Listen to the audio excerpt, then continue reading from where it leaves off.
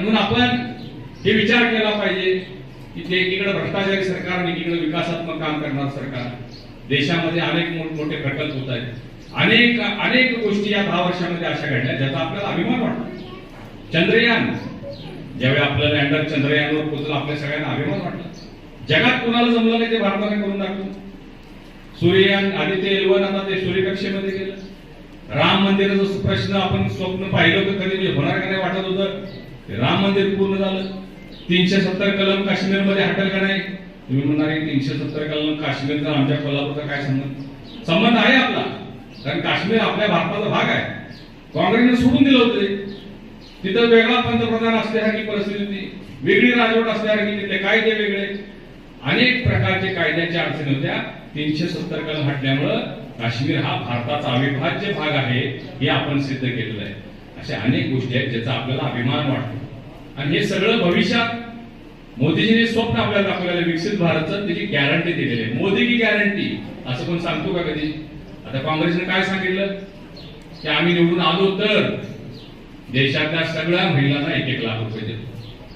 25 करोड महिला आहेत, 2.5 लाख कोटी रुपये लागतील वर्षाला. म्हणजे आपल्या महाराष्ट्राचं बजेट आहे की नाही तेवढं, आणि 5 वर्षाचा हिशोब केला तर 12.5 लाख कोटी. शक्य आहे का? द्यायचं नाही म्हणून घोषणा करून टाकायची. जे ग्रॅज्युएट आहेत त्यांना 1 लाख रुपये देतो म्हणतात, ती 10-12 कोटी संख्या आहे. शक्य आहे का? म्हणजे जे करायचं नाही अशा घोषणा ते करतायत. परंतु मोदीजींनी आजपर्यंत दिलेले आपल्याला सगळे शब्द होते ते पूर्ण केलेले आहेत. यावेळचा जाहीरनामा जो मोदीजींनी जाहीर केला तो सुद्धा विशेष आहे. 2 गोष्टी त्यातल्या महत्वाच्या आहेत. त्यामध्ये समान नागरी कायदा जो आपल्या अनेक वर्षाचं स्वप्न आहे ते पूर्ण होईल, आणि त्याचबरोबर 1 नेशन 1 इलेक्शन. देशातल्या सगळ्या निवडणुका एका वेळी, किती मोठी बचत होईल, किती मोठं. एकदाच जायचं, कार्यालयात गेले की ग्रामपंचायतचं बटन दाबायचं, पंचायत समितीचं दाबायचं, जिल्हा परिषद दाबायचं, आमदारचं दाबायचं, खासदारचं दाबायचं. 5 वर्ष निवांत. नाही तर होते काय आता 3 महिन्याला एक निवडणूक. आम्ही बी भेंडाळून घेऊया. आमच्या एक निवडणूक झाली की दुसरी झाली की तिसरी. आता ही झाली की विधानसभा आहे, ती झाली की जिल्हा परिषद आहे, तर कुठे तर 2 कारखाने लागतातच. तर 1 नेशन 1 इलेक्शन सुद्धा सर्व दृष्टिकोनातून आपल्या सगळ्या नागरिकांच्या सोयीसाठी खूप चांगली योजना होणार आहे. अशा अनेक बाबी पूर्ण करण्याच्या दृष्टिकोनातून पुन्हा एकदा मोदीजी पंतप्रधान झाले पाहिजे. त्यासाठी आपला आशीर्वाद मंडलिक साहेबांच्या पाठीशी असावा. त्यांना त्यांच्या घरातून बाळकडू राजकारणाचं मिळालेलं आहे, समाजकारणाचं मिळालेलं आहे. ते स्वतः प्राध्यापक आहेत, उच्च शिक्षित आहेत आणि चांगलं काम केलेलं आहे. खरं म्हणजे ते विरोधक जे आहेत ते प्रोपोगंडा करतात किंवा प्रसिद्धी करतात की मंडलिक साहेब भेटतच नव्हते, मंडलिक साहेबांनी निधीच दिला नाही, आता ते भाषणात बोलले नाही. या तालुक्यामध्ये सुद्धा प्रचंड निधी त्यांनी दिलेला आहे, परंतु ते पब्लिसिटीमध्ये कमी पडली. पब्लिसिटीच्या भानगडीत ते पडले. पब्लिसिटी सगळा ठेका बावडेकरांकडे होता. एकटेच पब्लिसिटी स्वतःचीच करायची, फंड ह्यांचा.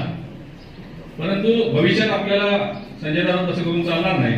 जे जे काम केलंय त्याच्यावर तुमचं नाव, तुमची पाठी, तुमचा बोर्ड लागला पाहिजे, नाहीतर पुन्हा लोकांना असा गैरसमज होऊ नये. तर भविष्यात आपण ते सगळं करूया.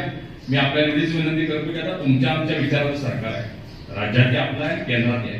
जे मागेल ते पाहिजे तसा विकास निधी देण्याचं काम हे सरकार करतंय. आमदार तुमचे आहेत. या तालुक्यात तर मला वाटतंय KP पाटील साहेब आपल्यासोबत आहेत, आंबेडकर साहेब आपल्यासोबत आहेत. 70% 80% गावं व्हायला काय हरकत नाही सर. जरासं त्या पद्धतीनं अनेक आमदार साहेब आपण काढला पाहिजे. आमची मंडळी याबरोबरच आपल्यासोबत आहे. तर ताकदीनं जर आपण केलं तर यामध्ये त्यांचा बूथ सुद्धा लागणार नाही अशी परिस्थिती बऱ्याच गावांमध्ये होऊ शकते. तर त्यासाठी आपण सगळ्यांनी आम्हाला साथ द्यावी, मंडलिक साहेबांना आशीर्वाद द्यावे. धनुष्यबाण चिन्ह आहे, धनुष्यबाणाचा प्रचार प्रसार आपण करावा एवढी विनंती करतो आणि थांबतो. यावर तुम्हाला काय वाटते कमेंट बॉक्समध्ये लिहा. चॅनेलला सबस्क्राईब केले नसेल तर नक्की सबस्क्राईब करा. जगात भारी कोल्हापुरी.